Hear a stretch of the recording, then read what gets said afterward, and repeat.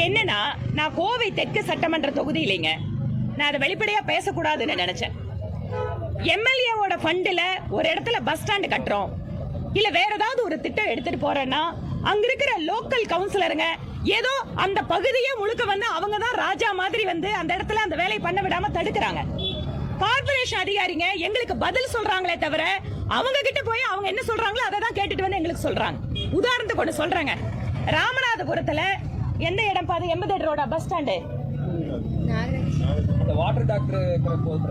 Water tank வச்சது ATM பிரச்சனையாச்சா? நான் இவங்களோட பிரச்சனையே வேண்டாம்ப்பா அப்படின்னு சொல்லி என்ன பண்ணேன், அந்த பகுதி மக்கள் கிட்டத்தட்ட 300 குடும்பம் என்ன கையெழுத்து போட்டு கொடுத்துருக்காங்க. கமிஷனருக்கு அனுப்பிச்சிருக்கேன். காய் கடஸ்டாப்பா 300 பேர் அந்த குடும்பம் எங்களுக்கு இங்கதான் வேணும்னு கேக்குறாங்க. நான் இதை கார்பரேஷன் கமிஷனர் சொல்றேன். அதுக்கப்புறம் அங்க வந்து என்ன தெரியுமா எனக்கு பதில் சொல்றாங்க, நாங்க கவுன்சிலரை சமாதானப்படுத்துறோங்கிறாங்க. எதுக்குங்க சமாதானப்படுத்தணும்?